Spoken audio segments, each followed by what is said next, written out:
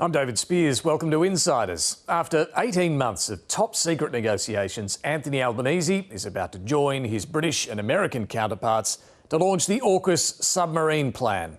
The three leaders and allies will come together in San Diego early Tuesday morning our time. Their ambition: to transform Australia's defence posture and over time counter China's growing military might. Now, if reports are correct, Australia will buy at least 3 second-hand nuclear submarines from the US and help ramp up the American production line. Then, next decade, new subs will be built in South Australia using a British design and American combat system. There are plenty of risks, costs and consequences involved in this deal, but both sides of politics in Australia are on board for what will be a difficult and lengthy mission. First up, let's go straight to San Diego and the ABC's defence correspondent Andrew Green with the latest details on the AUKUS agreement. Andrew Green, welcome. Look, tell us firstly on Port Kembla, what can you tell us about the plans there?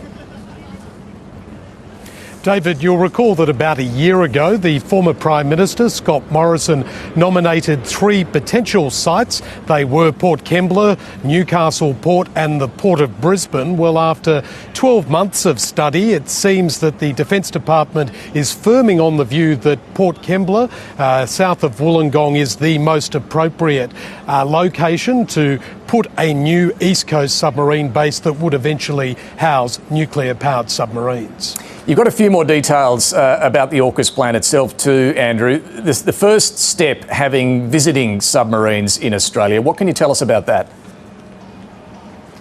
That's right. There's several stages to AUKUS, but the first one will be quite immediate from about 2027. We're now getting indications from officials that the pre-deployed submarines from America could be as many as 4 Virginia-class boats that would be based in WA, temporarily based there, and learning as well that perhaps even the British could pre-deploy a Astute-class submarine there as well. And just tell us finally about the third stage, the final stage, the newly designed AUKUS submarine. What can you tell us about those plans? Well, there is, of course, a lot of focus on how complicated this will be. It's going to come with a lot of risk using a UK design, but then integrating an American combat system from Lockheed Martin. The new fleet that is expected to be called the AUKUS fleet in the UK and Australia. Well, what we're going to see before that is shipbuilders in Adelaide concentrating on parts for the Virginia-class production line, trying to help some of the supply pressures in the United States. So for the immediate work that will occur for shipbuilders in South Australia, it will perhaps be to support the production lines here in the United States. Interesting. Plenty to come. A busy few days ahead there in San Diego. Andrew Green, thank you so much. Thanks, David. Well, the risks of this AUKUS plan are obvious. How will Australia operate not 1 but 2 types of nuclear submarine, given it has no prior experience? Where will thousands of highly skilled workers and crew come from? Not to mention the money. Australia's record of delivering defence projects on time and on budget is not great. But the strong bipartisan view is these risks are all worth it. Australia can't afford a capability gap and is grabbing early access to a proven nuclear sub rather than waiting to build one here. Let's see what the panel makes of it. We're joined this week by Lenore Taylor, John Kehoe and Rosie Lewis. Good morning to you all. Let's start with what we know, or at least the credible reports of what we're likely to see announced on the AUKUS deal. As mentioned, there are 3 stages, some visiting subs later this decade, the Virginia-class subs we're buying early next decade, and then this new AUKUS sub down the track, presumably in the 2040s we'd see that delivered. Rosie, what are the advantages here? Why is this the preferred approach? Well, there are advantages because we could get a workforce that works with nuclear-powered subs earlier by having these so-called off-the-shelf Virginia-class subs coming in the 2030s. Obviously, we're going to have to build up a huge workforce, and maybe some detail will be laid out on that on Tuesday. You have spoken about the risks, and I think there are probably more unanswered questions than things that we can say confidently at this stage, i.e. where do we get the workforce from? And if you talk to the experts, they're also warning, well, we may not actually have access to these nuclear-powered submarines before we actually need them There could be potentially Australia being drawn into a conflict between the US and China well before the next decade comes. So politically, it's going to be an interesting sell for Anthony Albanese. That's the concern, that all of this will possibly be too late. Let's see. John, your paper, the Fin Review, has reported that when it comes to the Virginia-class submarines, we might end up buying second-hand ones, or essentially existing submarines, not newly built submarines. It's still a little unclear how this will all work. It is, but I think the good news about getting these Virginia-class submarines earlier is it's going to fill that capability gap with the retiring Collins-class submarines that was going to be a real issue in the 2030s for us. So to get some of these submarines in earlier, they're obviously sophisticated technology. That's going to solve a short-term issue for Australia. There's suggestions that we could fund some of the production line in the US, whether it's maybe not necessarily a third production line to build them, but maybe fill some of the night shifts and pay for some extra production on that to appease the Americans. Because obviously there has been concern in America that, well, if we're going to be taking their submarines, that's going to leave them with a shortfall there. So it's going to be very interesting to see the announcement on Tuesday morning Australian time, how Joe Biden and also Anthony Albanese and Rishi Sunak explain that. Yeah, and we're going to get to that with our guest in a moment, those concerns in the US about their capacity to do more than they're already doing for their own submarine fleet. Look, the Prime Minister, he hasn't confirmed any of the details yet ahead of the announcement, but he has been keen to give this assurance. Australia will retain absolutely our sovereignty, our absolute sovereignty, 100%. It is very important that Australia as a sovereign nation state, and that's something that's respected by all of our partners as well. Lenore, Malcolm Turnbull's been raising some concern about this, and if they're jointly crewed, these submarines, who will the American personnel answer to and so on if there's a disagreement over where the subs should be, what they should be doing. Anthony Albanese, though, sounds pretty adamant. There will be absolute sovereignty. Is it so sure? I don't think so. I mean, I think this is one of the real risks about this whole decision. There's the risk about the strategic assessment of the risk that China poses in the first instance. There's bipartisan support around that, and obviously China is taking a more aggressive posture. But, we seem to be united around a particular view of China. And then in terms of the sovereignty question, I mean, these jointly crewed submarines are completely integrated into the US defence system. If a future American commander-in-chief took a particular decision at a really strategic time, when conflict was brewing, would we really be able to take a different decision in that circumstance? I'm not at all sure. I think isn't that what the Prime Minister's saying, though? It's what he's saying, but in that circumstance, I'm not sure that is actually what would happen in practice. I think we'd be so integrated into planning and defence posture of the United States that I think it would be certainly incredibly difficult. Yeah, I think in theory we retain our sovereignty, but in practice, like you say, there's probably going to be joint crewing of these submarines, at least initially, when they potentially come to Perth from 2027.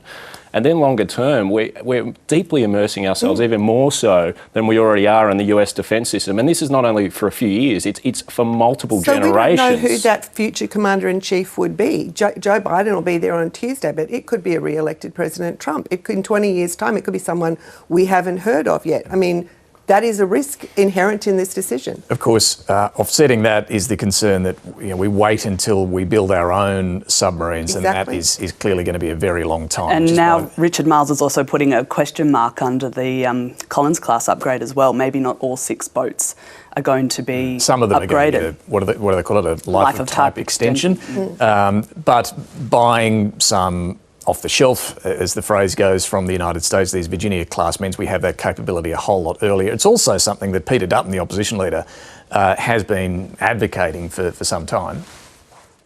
It's an established type. It's not going to have cost overruns and time blowouts. And time really is of the essence. We shouldn't kid ourselves about what we face in the region at the moment. And if that gives longer time for a new design to be worked up and the problems to be ironed out, well, that's a good thing. I guess the question too is, Rosie, if they're so good, and they are, the Virginia-class submarine, and we do manage these difficulties around how we crew them and so on, why wouldn't we just stick with that submarine? Why would we bother with a newly designed AUKUS submarine years later? Like this idea that we could be running 2 different types, maybe 3 if you've got the Collins class in the mix as well, submarines at the same time, different safety books, different facilities required, different crews required for each boat. The duplication issue is a very real one, and it'll be interesting to see how Anthony Albanese treats it on Tuesday. Also, this idea of sovereignty, is he going to be clear how 100% absolutely sovereignty will be dealt with? Does it just mean that we'll have 51% Australian crew and that makes it an Australian sovereign boat? I think it'll be interesting detail to hear from the Prime Minister. Exactly. It sounds like a lot of detail will have to be, maybe not at the announcement itself, but in the following days and weeks, a lot of this will need to come out. And then there's the bigger picture question of the case for doing this. I mean, the cost is going to be eye-watering. We don't know yet, but it'll be well in excess of $100 billion. The ASPI estimate is about 170 billion, and now that's over some years, of course.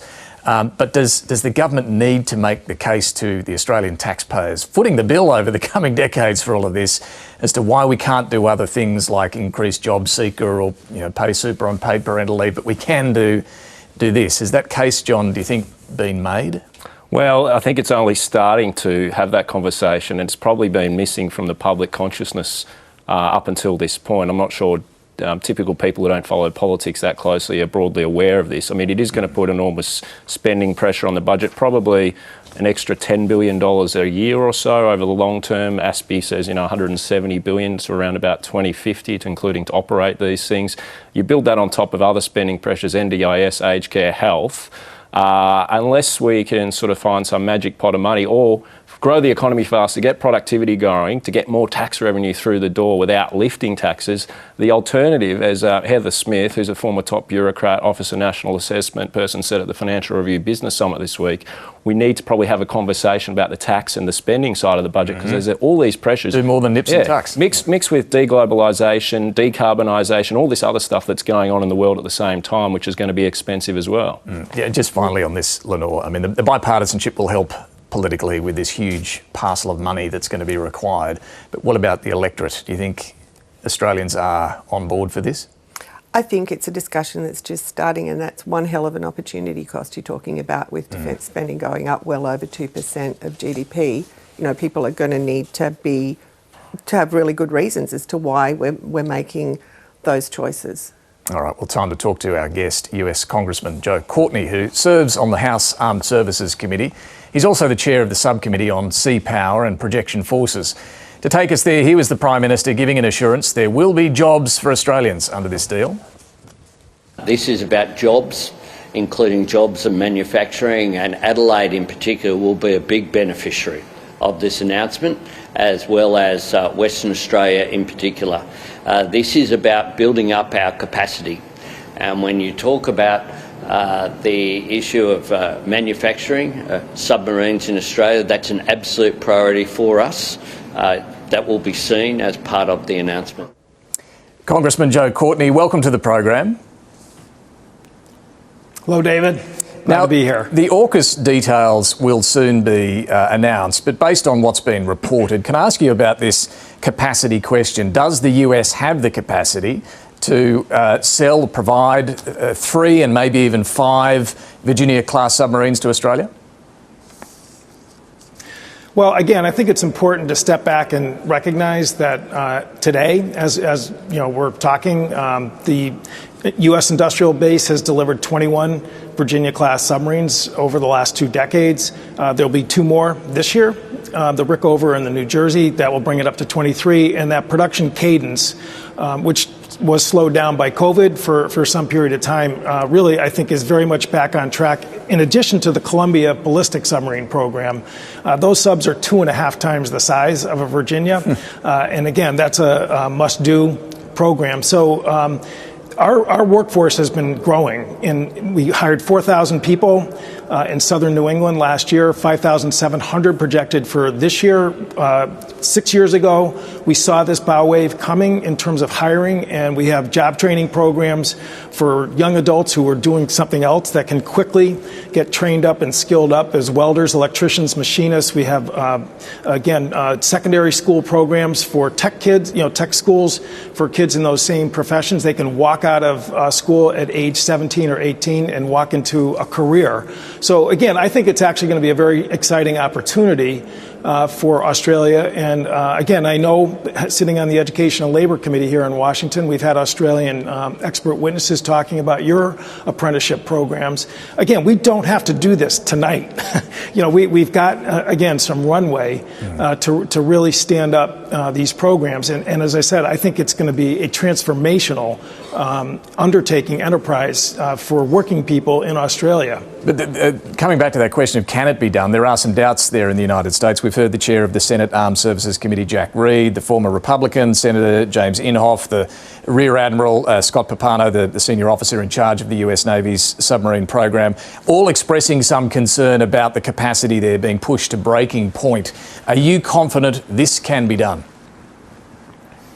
I am. And again, there was a counter, obviously, communication on a bipartisan basis from the leadership of the Armed Services Committee that pointed out that this is not a zero-sum game. Again, if you look historically at the submarine industrial base in the U.S., which is well over 100 years old, it's grown and contracted given, again, external events, the security environment. If you look at the height of the Cold War, we were building 4 attack submarines at the same time as the ballistic submarine program. Again, right now we realize we're going to have to do some more outsourcing, and you guys were discussing that in terms of Australia possibly being a contributor, whether it's steel fabrication, parts and components. That's happening today down in Alabama with Austal USA, a division of an Australian company I visited just a couple weeks ago. Again, the new steel fabrication plant that they're putting up there, again, to take some of the man hours away from southern New England. That's going to, again, keep these programs on schedule and the cadence moving forward, which the Navy's demand signal requires. Just on that issue of what Australia will need to contribute here to make this happen, you know these production lines better than most. Would Australia funding a whole new production line be the best approach, adding some funding to the shifts on existing production lines? What should Australia be doing here? What would be the best approach? So again, on Monday, I think you're going to see a very thoughtful product.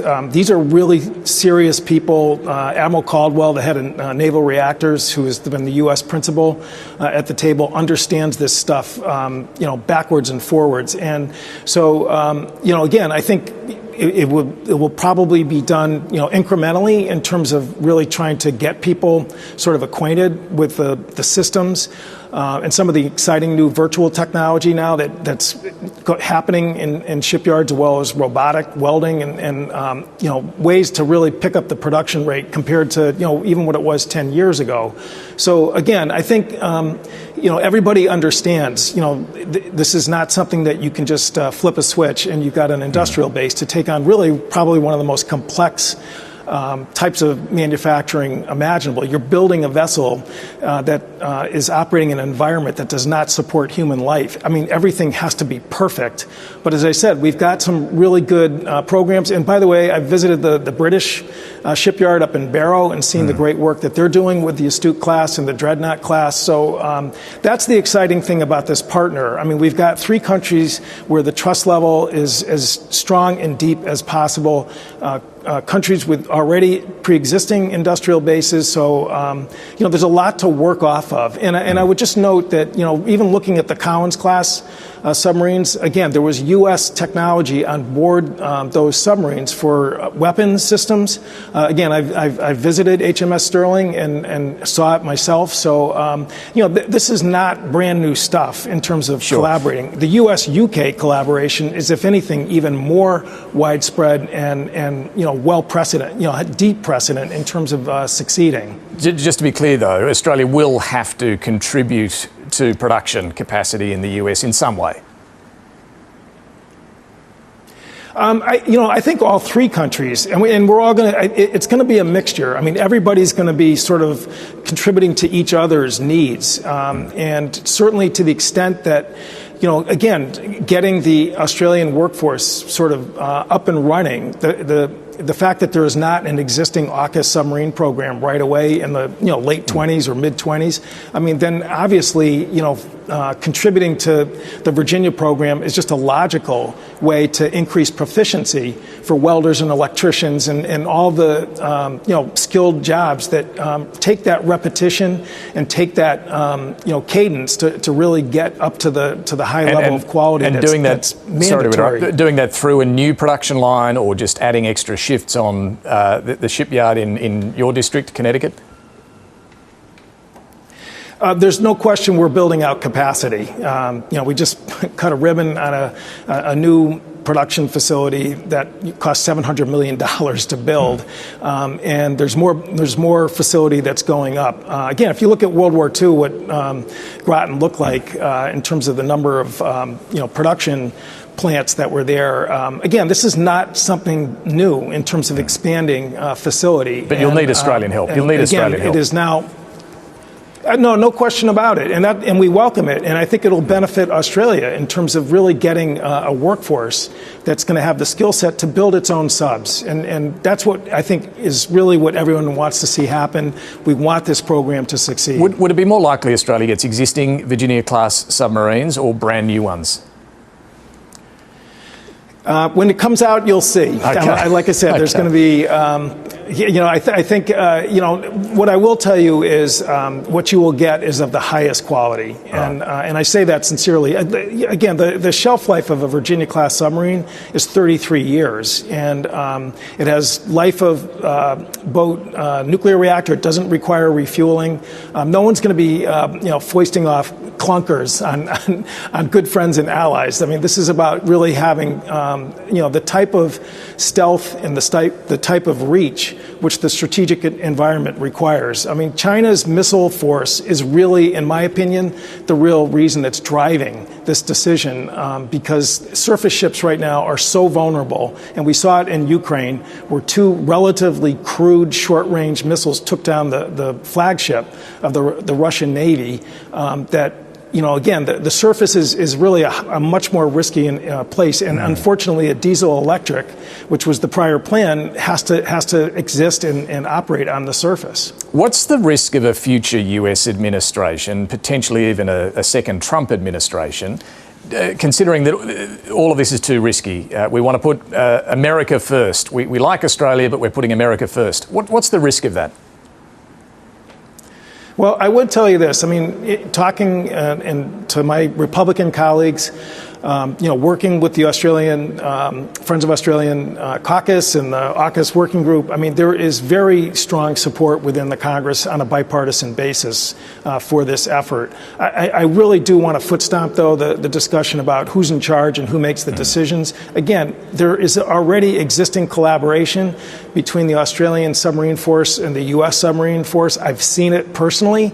And no one questions about who's the decision maker in terms of how your subs operate. There will be some moments, I'm sure, when Australian sailors will be on board Virginia-class submarines, but that's going to be for training purposes. That's not for operational missions in terms of where they're basically saluting U.S. officers. And again, this is going on today with the UK and U.S. submarine forces. They have visiting sailors, visiting officers, but it's really for instructional training purposes. I think the concern, though, is more about the concern is more about when Australia purchases these US submarines and the likelihood they're going to be jointly crewed with Americans. Will those American personnel answer to an Australian commander if there is a disagreement? Well, again, I think the notion that there's going to be joint crewing is really overhyped, honestly. You don't think there will be? Again, I said there clearly has to... I don't. I think that everyone understands we need to train up the Australian sailors and officers in terms of nuclear propulsion, which is all we're talking about here, not nuclear weapons, and that when the time comes for the deed, the title to be handed to the government of Australia of a vessel, that again it's going to be totally with the full understanding that it's going to be under Australian control. Even nuclear technicians won't be required from the United States? Again, the training schools in the U.S. for sailors, and again, one of them is in my district, you're talking about kids who come in with zero qualifications. When they leave these training programs, they are qualified. And the same is true of the officers. And by the way, that's already started to happen in terms of the training. I mean, that can't wait. We got to move that out as soon as possible. But no one wants to be in a situation where there's any conflict of who's in charge or who's giving orders or who's taking orders. We understand that's precious for every nation to be able to control and make their own decisions. A final one, Congressman. You mentioned the bipartisanship that you've encountered there in Congress for this whole deal. What about the export controls in the US there that do need to change to allow this technology sharing, not just on the nuclear submarines, but other technology as well under AUKUS? Just explain to us what the obstacles there are and how challenging and this will be to resolve. Sure. So we have an Arms Export Control Act, which is, very tight in this country in terms of export of, defense components and pieces. I mean, it's just endless in terms of its scope.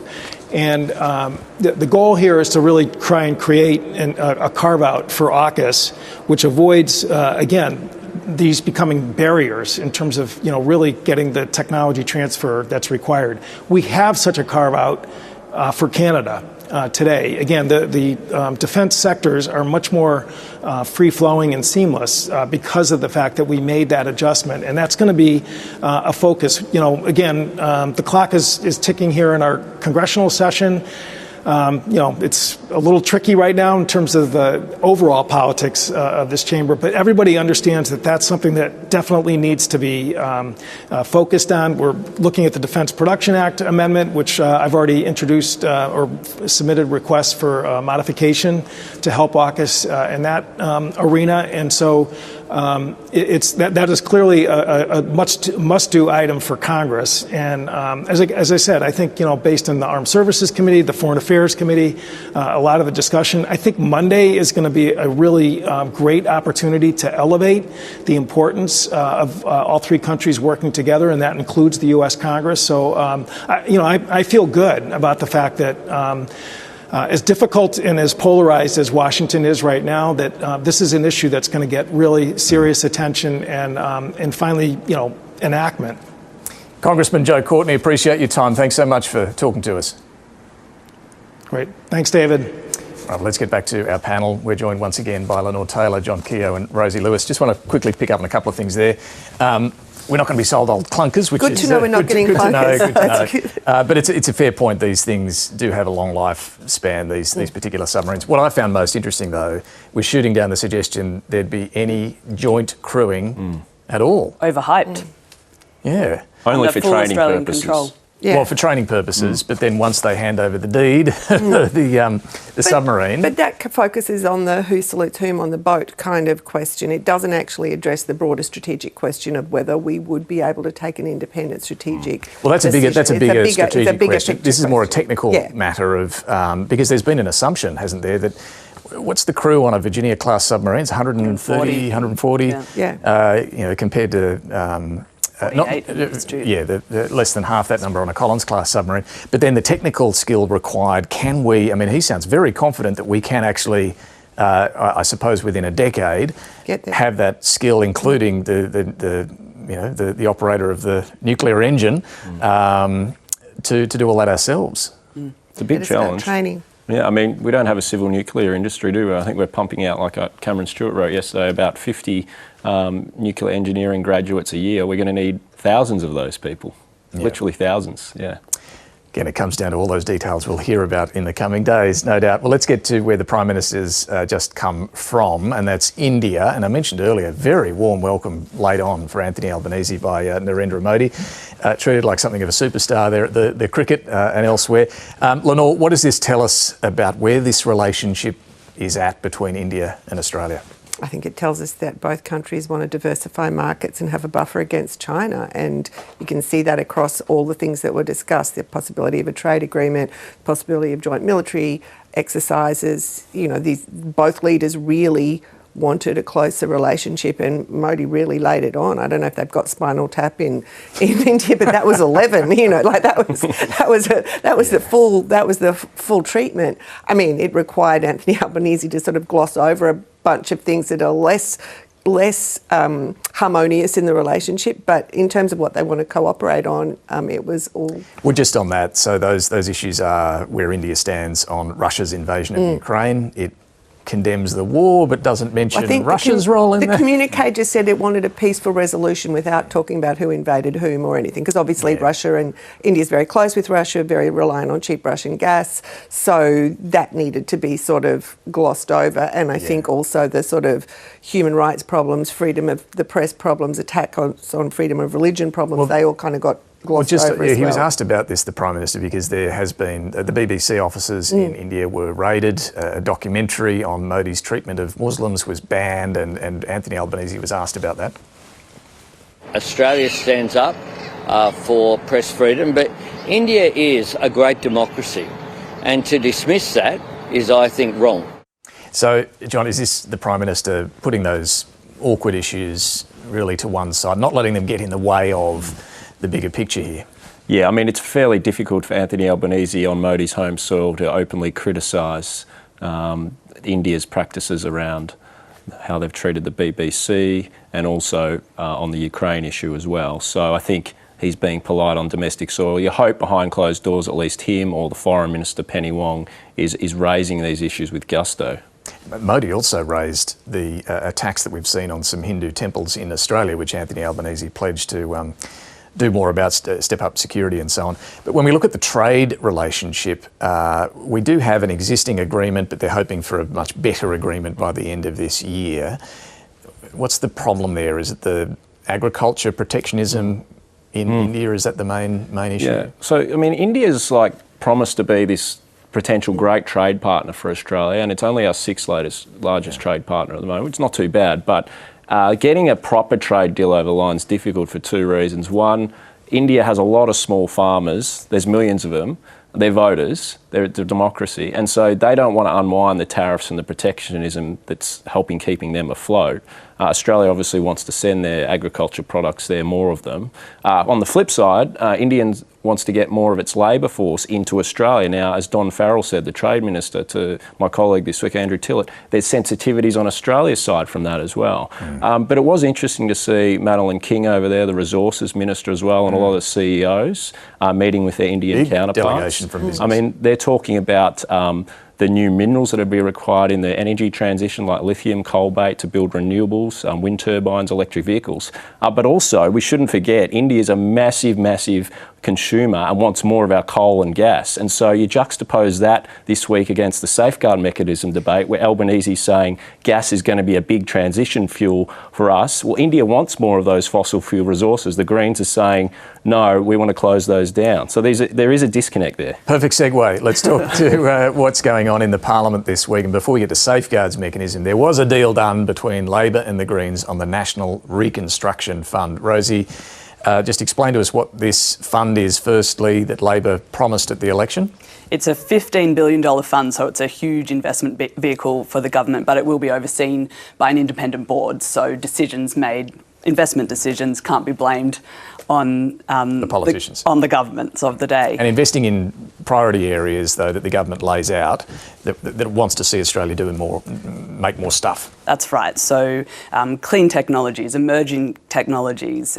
It's really about boosting manufacturing in the country. It sounds great in theory, but there is this warning from the coalition, which we know is going to oppose it, about the inflationary impact that such a fund could have in Australia. Yeah, it also argues it's a slush fund, so it's voted against it. But the Greens were holding out, demanding that none of the money, none of this $15 billion, go to coal and gas infrastructure.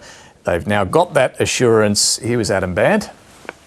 We know the government has said that they want more coal and gas, and so the projects are there, they're identified, and what we've done is said clearly there should not be public money through the Reconstruction Fund going to projects like that. Lenore, the government says they're never going to fund any of those projects. So, I mean, who's blinked here, do you think, in this negotiation? Well, I think the Greens have probably, but because I don't think there was ever any intention of investing in those things anyway. through this fund. Having said that, though, it is what the Greens wanted from the get-go. A written assurance. A written assurance to safeguard it against future governments. So, look, they can claim it as a win, but it is a symbolic win because it wasn't going to do that anyway, at least not in this term. Just on the policy itself, John, it is interesting what's happening globally. The US have their Inflation Reduction Act, it's called. Joe Biden's big, what is it? 560 billion or so Australian dollars going into a lot of green tech and renewables. Europe has just said European countries are allowed to match the funding to try and keep projects in their own country rather than heading off to the US to chase this money. So there's a real global competition going on at the moment. Yeah, there's like a green sort of subsidy war and sovereign manufacturing capability that's basically breaking out between all the big countries now, US, EU. Now, this is Australia's very small mini version. I mean, originally it was envisaged that we were going to have 10% unemployment during the pandemic and we'd have a national reconstruction fund to help create jobs in manufacturing and rebuild the economy. Well, now we've got nearly record low unemployment, so the government sort of shifted it to be more of this sort of new age investment in advanced manufacturing, green technology to compete to a small degree against the US sort of and European subsidies. Is it going to compete though, seriously, against subsidies? I mean, the US is throwing a lot of money at that, but I mean, the government has to be careful because these funds will need to be pretty carefully targeted. I mean, history shows governments are pretty good at picking losers. Losers are pretty good at picking governments for this sort of money when it's being handed out. So I think there'll need to be some pretty tight guardrails on how this money's spent. We can't expect that we can do it all, make everything in the new energy space in Australia. But while the coalition voted no on that one, they've also dealt themselves out on the safeguards mechanism as well, saying they're not supporting that. And that position from the coalition, drew this from Ed Husick taunting the Libs over their just say no approach. Blowing up the old Tony Abbott handbook, just doing exactly what Tony Abbott does, saying no to everything. The leader of the Nationals. Saying no to everything. And can I just say, on behalf of an anxious nation, Leader of the Opposition, please don't become this generation's Tony Abbott. Stay away from the swimwear. Don't be eating them raw onions. Remember the difference between repository and suppository. Very important to do, because it is important that you do not morph into that. I think Ed Husick's having a bit of fun there. On interest rates, the 10th consecutive interest rate rise during the week. The official rate now 3.6%. Philip Lowe, the Reserve Bank Governor, though, is indicating a pause is near. We are closer to a pause, and it's a matter of logic, really. As you increase interest rates higher, you get closer to the point where it is appropriate to stop and for a while and just assess the flow of data. We've done a lot in a short period of time, and at some point it's going to be appropriate to sit still and assess the collective effects of that. John, that was a really interesting chat you had with the Reserve Bank Governor at the AFR Business Summit there. What does he want to see before hitting that pause button? Yeah, so there's four things the RBA is going to be looking closely at in the economic data flow over the next month or two. Inflation, obviously, the monthly inflation indicator, and then the quarterly one as well.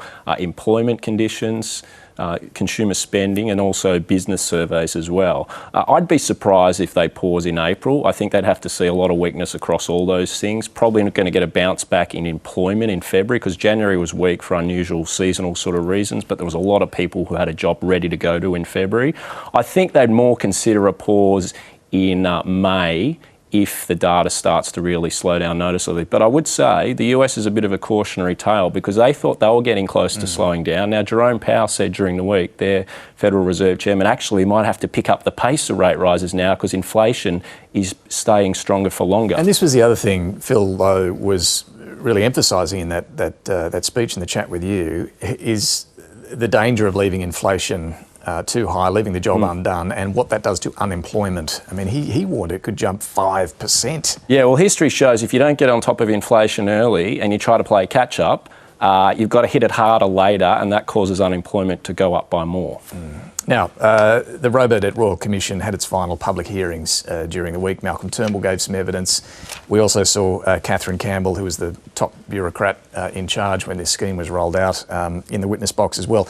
She conceded it was a significant oversight on her part when she submitted a potentially misleading submission to a cabinet committee, that a document that had been edited apparently to take out references to the fact that legislation would be required to make the whole thing lawful.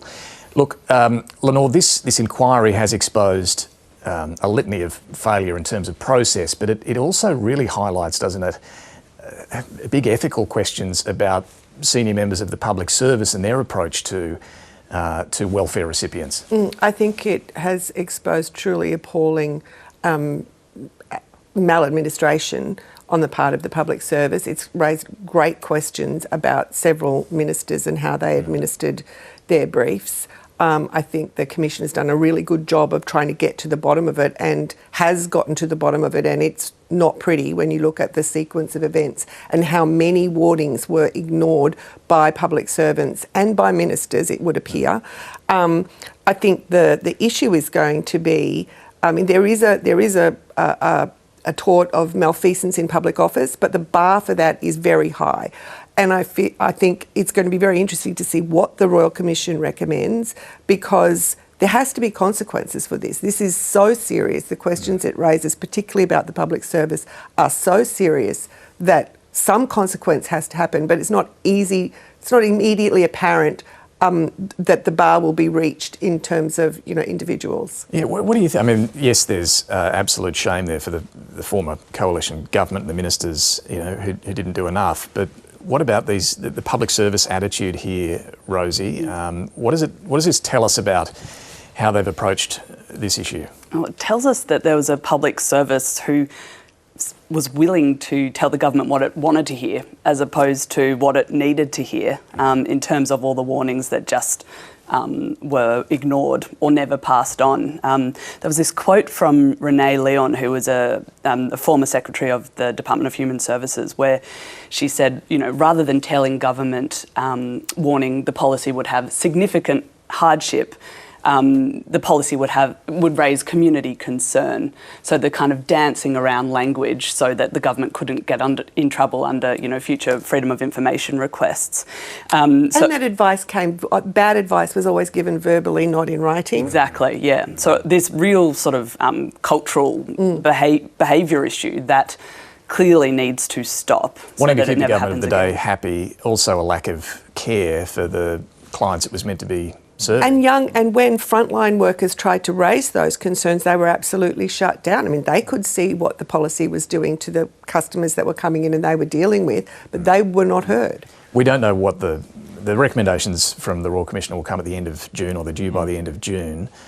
So we don't know, what's going to come there. But John, there will have to be some consequences. Perhaps there's a reference to the Public Service Commissioner to investigate what sort of consequence there should be.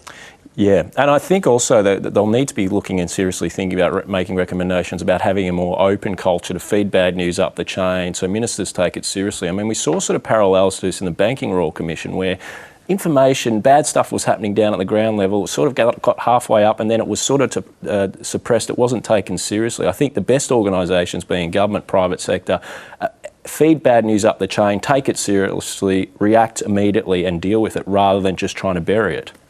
Is there also the bigger or the other issue here of how welfare recipients are viewed, certainly by the former government, maybe the public service, some in the public service, I'm not saying all, but does that also raise questions too for this government about what it does on job seeker and issues like that? Well, yeah, and it's interesting because that advisory committee that was set up to get David Pocock's vote on the IR bill is going to feed into this budget, and that will go to the levels of job seeker and youth allowance and the like. It'll be interesting to see whether the government pays attention to those. What do you think? That advice. Well, we know they're going to ask for an increase. Yeah, but refer to previous conversation about the opportunity costs of all the other decisions that are being made. There's just not the room to do much on job seeker? Oh, potentially not. I mean, especially when you're about to have this AUKUS announcement, which is But going to you're a cost us Labor hundreds of government billions. and there's a cost of living crisis and a rental crisis, and it's impossible to live on the amount of money that you're paying. Jim Chalmers, I think, is leaving it open at this point. It's a difficult one for him because, you know, there's a very strong case to do so. Aged care is the other area that's, you know, a huge demand for government to do more to keep centres afloat, to pay the higher salaries for aged care workers. So this is going to be a difficult budget, John, for Jim Chalmers to put together. Yeah, it's going to require some tough decisions, I think, from Chalmers and also the Finance Minister, Katie Gallagher. I think this budget, come May, is like the one where people are really going to judge the government, what it's serious about, what it's not so serious about, because the first one was just obviously about maybe implementing election commitments. The one coming up in May, this is really the one where the rubber hits the road for the government, I think. And you could hear, I think we heard it earlier from the Prime Minister, one of his comments from India, defending what they announced last week on superannuation. You know, he's now able to really belt the other side with that and say, look, this is only a pretty modest This is a drop in the ocean. to help deal with these and fund all of these things, and you won't even back that. They did fail to mention, though, in 30 years' time, it'll be 10% of retirees that will be affected as opposed to 0.5%. If no government in the future does. Which obviously they Indexation, will. yeah. All right, our panel, Lenore Taylor, John Kehoe and Rosie Lewis, will be back shortly with some final observations. Time now, though, for Mike Bowers and Talking Pictures.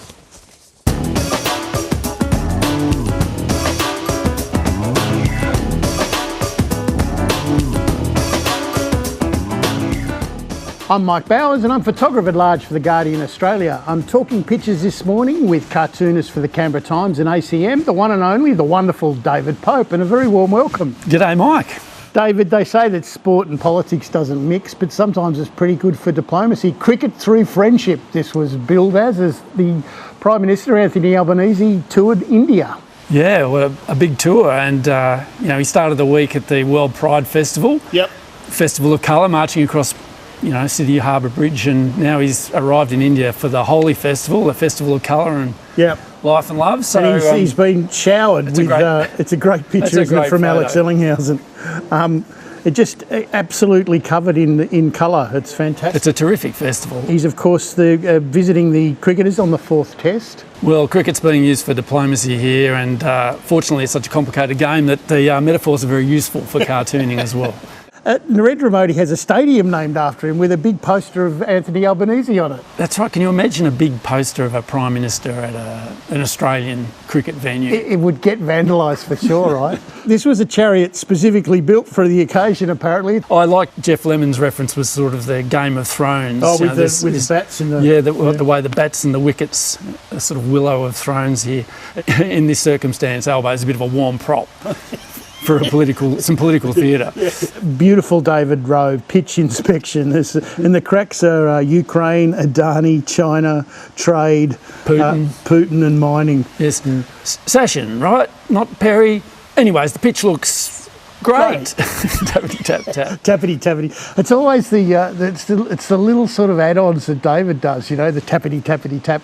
David, the good news is that things are looking up, and the bad news is that those things looking up are interest rates. Yes, this is Mark Knight with Philip Lowe and his hands on the just one more little turn. Oops! The trick to this is knowing when to stop. Yeah. I think he said... Mark's done well here because, you know, you'd be tempted to make this a bit more gruesome, and people don't need to see that. I did love this.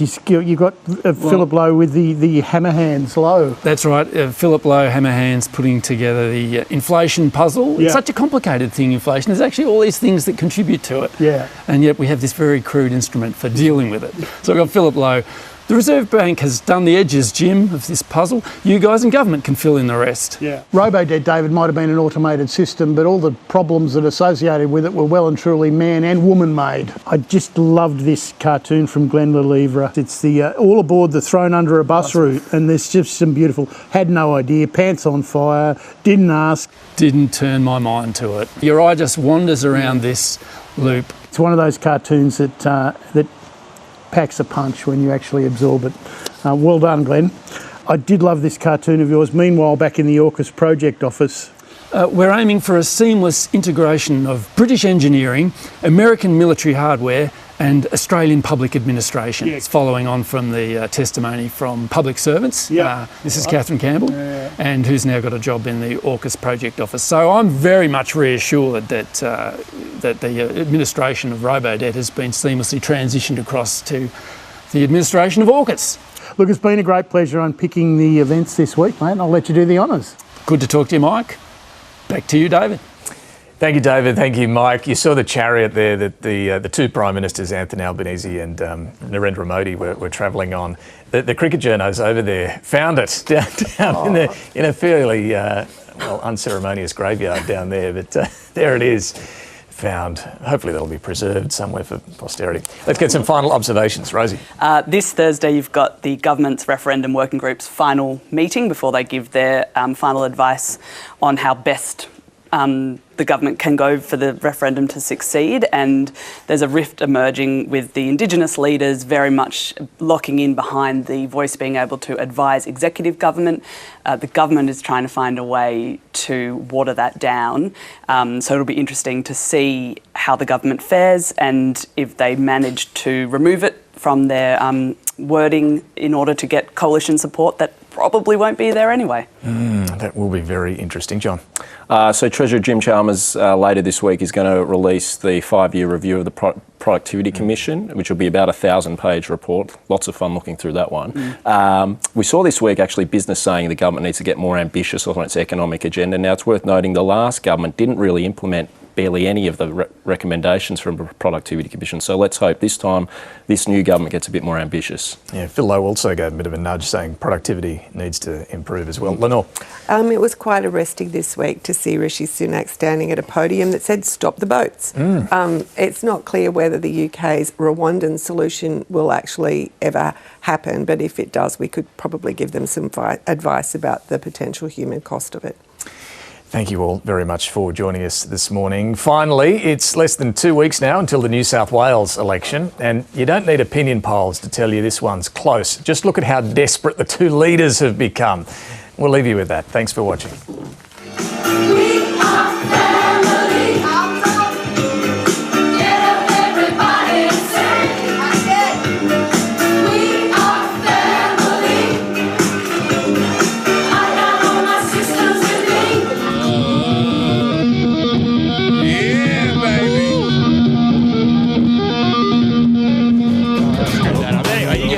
I feel very excited about being here.